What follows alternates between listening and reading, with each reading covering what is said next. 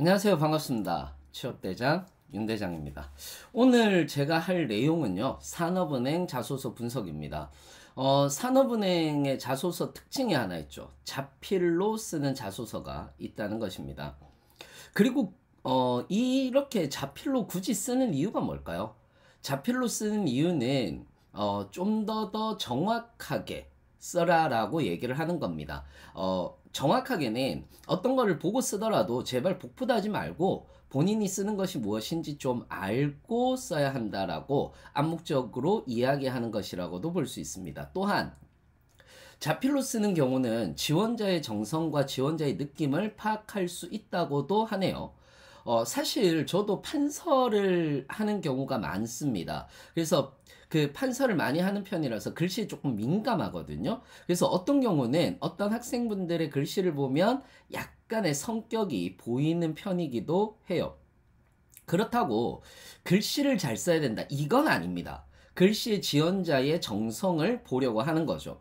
그리고 산업은행 지원 페이지에서 지원을 할 때도 주의사항이 맞춤법 검사를 할 수 있도록 해놓았으니까 맞춤법 검사도 꼭 하실 필요가 있겠다, 요렇게 생각을 하고 여러분들이 준비를 하면은 좋을 것 같습니다. 자, 그러면은 좀 오늘 좀 자소서 항목이 좀 어렵기도 하고 길기도 해요. 그래서 바로 한번 들어가 보도록 하겠습니다. 자, 바로 한번 들어가 볼게요.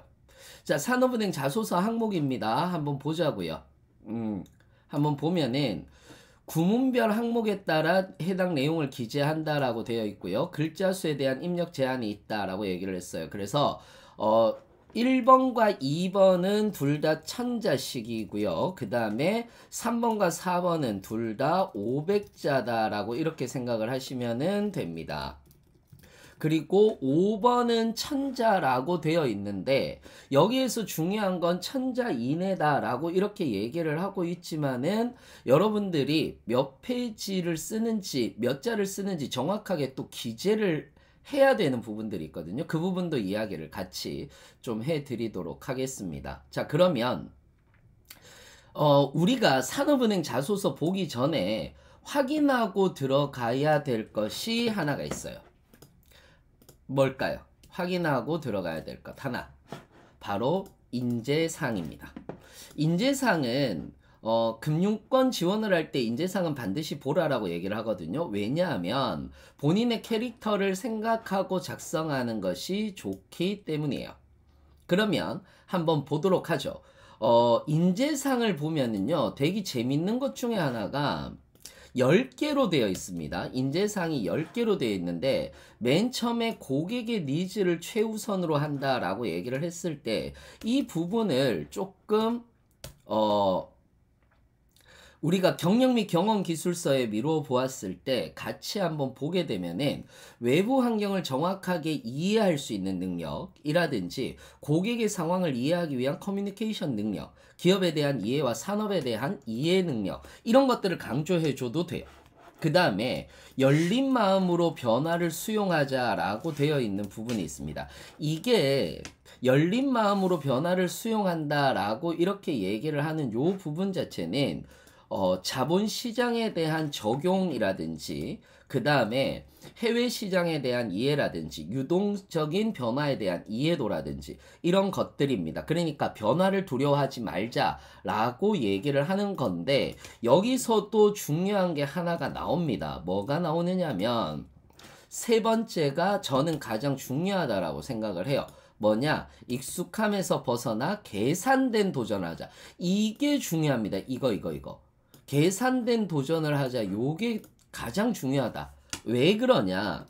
그냥 단순히 무턱대고 도전을 하는 것이 아니라는 거죠. 그러니까 우리가 그냥 단순히 나는 도전을 했습니다를 적어야 되는 것이 아니라 내가 이 부분에 대한 비전을 가지고 그리고 무엇인가를 가지고 시작을 했다라는 것들이 들어가야 된다는 거예요. 그래서 해외 시장 개척을 위한 커뮤니케이션 능력이라든지 도전 정신이라든지 세심한 자료 정리 태도라든지 이런 것들이 반드시 필요하다라는 것들도 여기에 들어갑니다.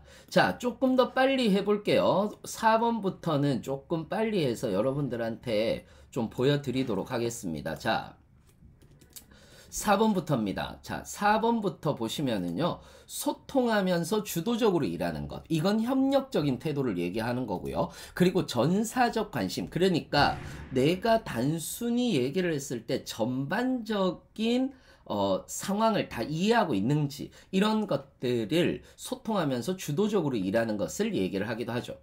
그 다음 외부와 협력해서 더 나은 길을 찾는다라고 얘기를 하는 부분들도 있는데 이 부분 같은 경우는 타부서와 협력적인 태도라든지 업무에 대한 책임감이라든지 분석적인 태도와도 연결이 될 것 같습니다. 6번 같은 경우는 현장에서 답을 찾는 경우죠. 현장에서 답을 찾는 건 적극성과 책임감도 여기에 들어간다라고 생각을 하시면 되고요. 미래를 생각하고 행동하자라고 얘기를 하는 부분이 있어요. 이게 사실상 금융권에서는 굉장히 중요한 역량입니다. 뭐냐 하면 금융이라고 하는 것 자체의 특징 중에 하나죠. 금융의 특징 중에 하나가 뭡니까? 너무 당연하게도 미래를 예측하고 앞으로의 산업을 예측하는 이런 전망들을 알고 있어야 되는 거예요. 그렇기 때문에 자본시장에 대한 이해와 전문성이라든지 산업에 대한 이해라든지 이런 것들이 반드시 필요하다라고 이렇게 생각을 하셔도 될 것 같습니다. 그 다음에 8번 같은 경우는요. 책임을 완수하여 사회적 신뢰를 얻는다라고 이렇게 얘기를 하고 있는데 이거는 다양한 이해관계자를 고려하는 종합적인 사고 능력, 즉 사회적 신뢰 이런 것들 이 중에서 내가 어떤 캐릭터를 들고 갈지도 좀 잘 알고 계셔야지 될 것 같습니다. 왜 그러냐 하면 이게 예를 들자면 1번과 2번에서는 그렇게 필요하지는 않는데 예를 들어서 3번 같은 경우에서는 보시면은 본인이 중요하게 생각하는 가치잖아요. 이건 인재상하고 연결시키면 훨씬 좋죠. 그러면 요 5개 정도면 될 거예요. 나는 니즈를 우선적으로 생각하는지, 열린 마음, 나는 오픈된 마인드를 가지고 있고 적응을 잘하는 사람이 되자라든지, 그 다음에 소통을 중요하게 생각한다라든지, 그 다음에 내가 협력을 굉장히 중요하게 생각하는 사람이다. 그리고 또는 나는 책임감이 중요하다라고 생각한다. 라고 이렇게 얘기를 해주는 것이 가장 중요한 부분일 거예요. 또는 4번과 관련되어서라고 얘기를 하면은 4번에서의 포인트 중에 하나는 바로 이런 것들일 겁니다. 익숙함에서 벗어나 계산된 도전을 하는 것. 또는 현장에서 답을 찾는 것, 미래를 생각하고 행동하는 것, 이런 것들이 될 거란 말이죠. 그래서 인재상은 이런 부분들하고 같이 연결해서 이야기를 하셔도 좋지 않을까라고 이렇게 생각을 해봅니다. 자, 그렇다면 우리 1번부터 한번 가보도록 할게요. 1번은 지원 동기 어떻게 적는 거죠? 예를 들어서 지원 동기를 적을 때 가장 중요한 것이 어떤 외부 환경이 있어요. 그러니까 이런 외부 환경이 있는 가운데서 저는 어떤 사업에 관심을 가지고 있어서 지원하게 되었습니다. 라고 이렇게 얘기를 해주는 거예요. 즉 다시 얘기하자면 우리가 산업은행하고 기업은행하고 헷갈리는데 산업은행은 산업에 투자합니다. 중소기업에 투자를 하지만 중소기업에서 중요하게 바라보는 건 그냥 단순히 어려운 중소기업이라고 해서 그냥 지원을 해주는 것이 아니라 여기에 대한 이 산업에 대한 비전을 가지고 있는지 이런 것들을 보는 거거든요. 그래서 외부 환경 같은 경우에서 가장 중요한 그러니까 산업은행은 외부 환경이 매우 중요한데 CEO 인사말을 보면은 요 3가지를 중점적으로 두고 있어요. 지금 현재 급변하는 국제 정세가 급변하고 있고 이건 너무 당연한 거죠. 디지털 전환과 탄소 중립이 우선된다 라는 얘기를 하고 있는 것에서 여기에서 산업은행의 역할은 즉 이러한 상황에서 기업들의 혁신 성장을 지원하고 새로운 산업 구조로 대전환을 주도하고 있는 역할을 하고 있는 거예요.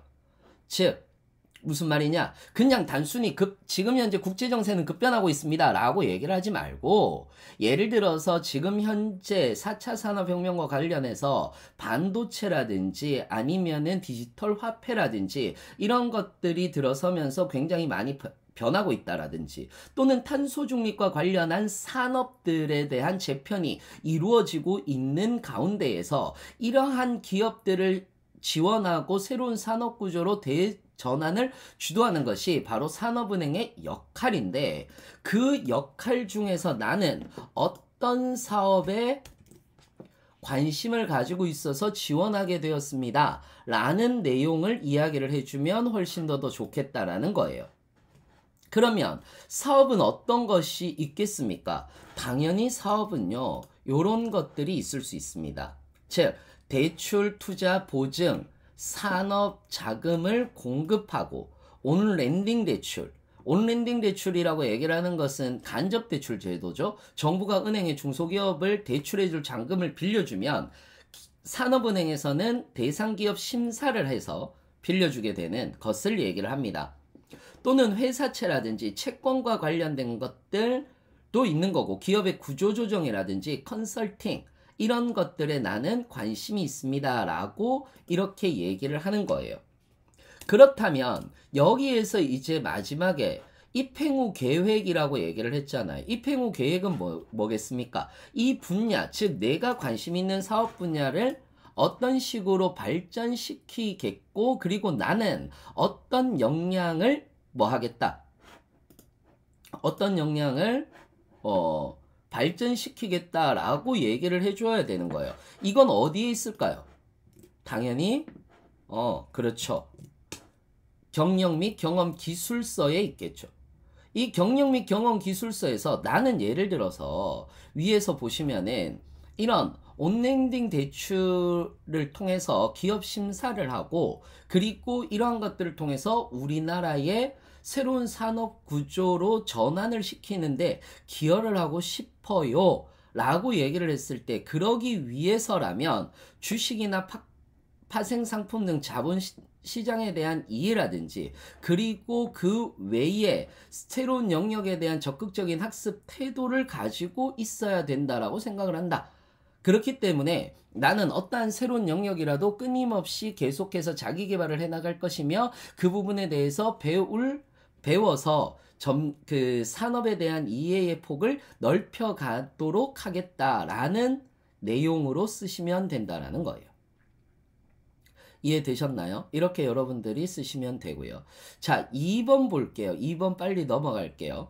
지원 분야에 필요한 역량과 관련된 프로젝트, 논문, 연구, 학습 및 기타 활동에 참여한 경험을 서술하고 이거 뭐예요? 이거 경력 및 경험 기술서잖아요. 경험 기술서잖아요. 여러분들 경력 및 경험 기술서는 위에 보시면은 안 써져 있어요. 경력 및 경험 기술서는. 그러니까 경험, 경력 뭐 이런 식으로 나눠져 있기는 한데 요거를 아주 짧게 쓰도록만 돼 있단 말이에요. 그래서 경력 및 경험 기술서를 우리가 평소에 쓰듯이 쓰는 란이 없어요. 그러다 보니까 여기에서 경력 및 경험 기술서를 써라라고 얘기를 하는 거죠. 그래서 우리 채널을 계속 보신 분들은 아실 거예요. 경력 및 경험 기술서 어떻게 써야 되는지. 자, 첫 번째, 본인이 속한 조직, 즉 공동체의 목표와 소개를 하고요. 요거는 몇 자 정도로 하면 되느냐면 200자 정도로 하면 됩니다. 그리고 본인의 역할, 여기에서 역할은 구체적으로 기술을 해야 되죠. 여기에서 갈등이나 문제를 해결했다가 아니에요.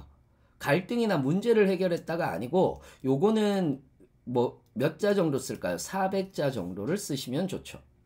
목표를 달성했다라고 얘기를 해주고요. 배운 점, 즉 획득한 역량에 대해서 기술을 해주면 됩니다. 그러니까 나는 이런 역량을 가지고 있어요 라고 얘기를 해주면 훨씬 더 좋겠죠. 그러면은 이거는 NCS 기반 직무 기술서를 보면서 여러분들이 역량을 얘기를 해주시면 되는 거고요. 이거 400자 정도로 여러분들이 해주시면 됩니다. 이해되셨죠? 자, 3번은 이미 얘기를 했어요. 본인이 중요하게 생각하는 가치. 저는 상대의 니즈를 파악하는 것. 그리고 관계를 중요하게 생각합니다. 라는 얘기를 해도 되는 거겠죠. 그 다음에 열린 마음으로 변화를 수용하자라고 얘기를 했을 때 저는 어떤 것이든 간에 개방적인 마인드가 중요하다라고 생각한다. 이유는 이런 것들 때문이다. 저는 관계에 있어서 소통이 가장 중요하다라고 생각한다. 저는 협력이 가장 중요하다라고 생각한다. 저는 책임감이 가장 중요하다라고 생각한다. 이런 식으로 여러분들이 얘기를 해주면 되는 거고, 이걸 통해서 내가 사례를 기술하면 되는 거예요. 이거와 관련된 사례를 기술하면 되는 거예요. 그래서 이건 500자이기 때문에 그렇게 많은 점수, 그러니까 점수를 배점을 해주면은 500자짜리, 그러니까 밑에 5번이 제일 중요하겠죠. 사실상 5번이 제일 중요할 겁니다. 이해되셨죠? 자, 그 다음에 4번 한번 볼게요. 기존의 프레임, 즉 일하는 방식이라고 얘기를 했을 때 요게 중요해요. 계산된 도전을 하자. 요게 중요하다라고 얘기했습니다. 자, 그러면 이건 무엇일까라는 거예요. 즉, 이 네 가지를 염두에 두고 써야 됩니다. 예를 들어서 기존의 프레임에서 문제점이 있는 것을 발견한 거예요. 즉, 문제점은 윤리적인 것이 아니에요. 뭐 누가 잘못했다더라 이런 얘기가 아니라 효율적이지 않거나 자원이 부족한 상태를 내가 발견한 거예요. 그래서 그 문제점을 해결하기 위한 방안을 얘기를 했는데 그냥 저는 방안을 제시했습니다. 그래서 잘 됐습니다. 라고 적는 것보다는 여기에서 인재상에서 반드시 있잖아요. 미래를 생각하고 행동하고 계산된 도전을 하자. 즉 단순히 제시를 한 것이 아니라 비전을 보여주어야 하는 거고요. 방법까지 제시, 어떤 이 비전을, 목표를 달성하기 위해서 방법까지도 나는 제시했습니다. 라는 얘기를 해주는 것이 중요하다. 이렇게 생각을 하시면 될 것 같아요. 이해되셨나요?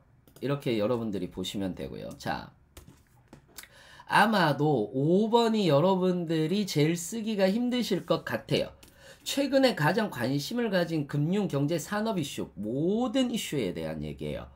선택한 이유와 그에 대한 본인의 의견과 경험을 에세이 형식이라고 얘기를 했잖아요.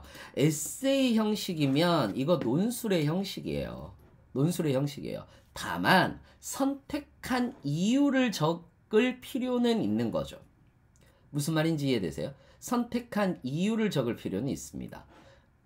무슨 말인지 아시겠죠? 그러면 논술의 형식이기 때문에 굳이 에세이의 형식이라고 얘기했잖아요. 굳이 존대를 할 필요는 없다. 이렇게만 생각을 하시면 돼요. 무슨 말인지 이해되시죠? 저는 이것에 관심을 가지고 있다. 이렇게 얘기를 하는 것이 아니라 만약에 내가 GPT 챗이 있다면은 AI에 관심이 있고 AI의 발전에 대해서 이야기를 하는데 앞으로 AI는 어떻게 변할 거다 라는 부분에서 GPT 챗은 굉장히 많은 변곡점을 가져다 준 것이기 때문에 GPT 챗에 관심을 가지게 되었다. 이런 식으로 이야기를 해주는 거예요. 무슨 말인지 이해되시죠?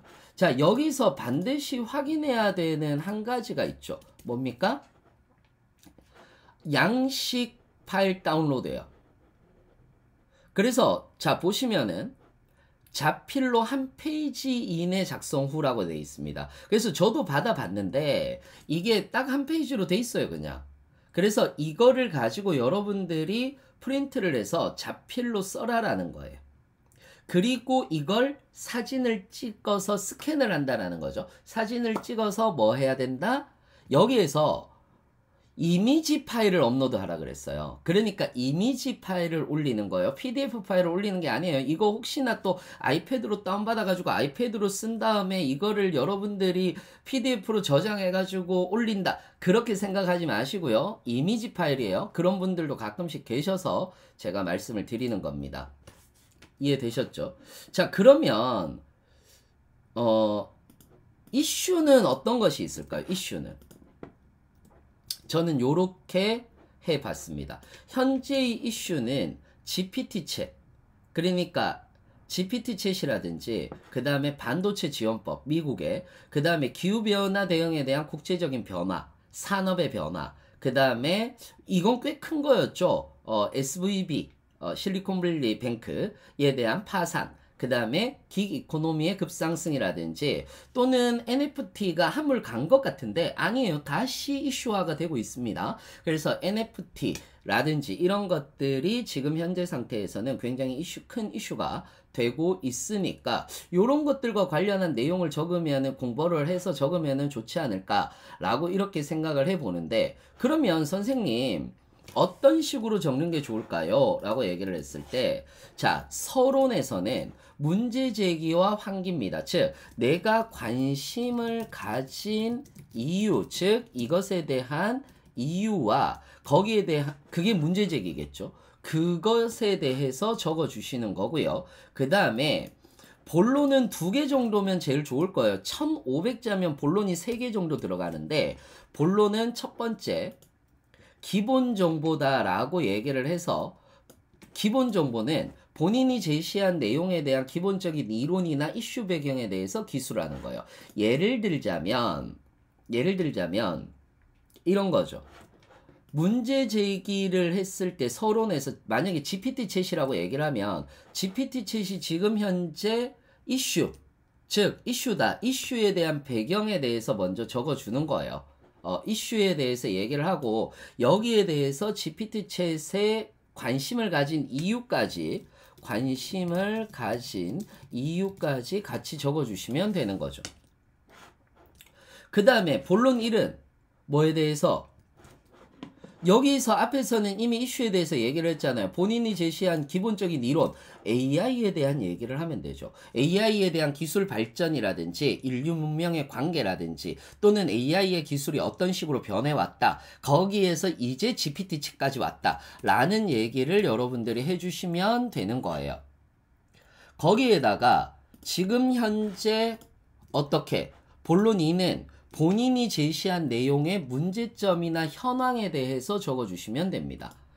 그러니까 예를 들어서 AI의 발전 방향은 앞으로 어떻게 될 것이다 라고 얘기를 했을 때, 미드전이라고 얘기를 하는 프로그램도 있어요. 그러니까 예를 들자면 이런 건데, 우리가 절대 건드리지 못할 것 같은 미술적 영역이라든지 예술적 영역을 이미 AI가 들어오고 있다. 오히려 들어오고 있고, 오히려 육체 노동을 대신할 것이라고 생각했던 거는 오히려 육체 노동은 지금 현재 들어가지 못하고 있다 라는 얘기들로 해주셔도 되는 거죠. 이해되셨나요? 이렇게 여러분들이 보시면 되는 겁니다. 그래서 앞으로는 지금 현재 발전 현황은 이런 식으로 되고 있다. 그리고 맨 마지막 뭐에 대해서 얘기할까요? 결론에 대해서 얘기를 해야죠. 결론은 판단력 정보라고 얘기를 해서 어떤 문제점을 제시할 경우에는 해결 방안을 제시해 주시면 되고요. 그리고 그렇다면 또는 기대 효과, AI는 어떤 식으로 발전을 할 것이다 라는 얘기들을 해주시면 되는 겁니다. 제가 위에와 관련한 이슈를 얘기를 한 가장 큰 이유가 있어요. 왜냐하면 위에서 이런 얘기를 했잖아요. 금융경제산업이라고 얘기를 했잖아요. 그러니까 지금 현재 전부 다 금융경제산업이잖아요. 그러니까 사회 이슈라고 얘기를 하는 부분이 아니라는 거예요. 또는 산업 이슈라고 하더라도 정책과 관련된 거라든지 정치와 관련된 것들을 좀 빼는 게 결론을 내기가 좋거든요. 그래서 이런 부분들을 여러분들하고 같이 이야기를 해봤습니다. 자, 어떠셨어요? 여러분들 도움이 좀 되셨나요? 도움이 좀 되시길 바라겠고요. 그 산업은행은 사실상 5번이 제일 중요하니까 반드시 여러분들이 5번 잘 쓰셔서 정리 잘 하시고, 여러분들 첨삭 받으실 분들 첨삭 받으시고 하시기 바라겠습니다. 자, 그러면은 저는 또 더 좋은 강의를 가지고, 더 좋은 콘텐츠를 가지고 여러분들을 만나 뵙도록 하겠습니다. 이상으로 마치겠습니다. 감사합니다.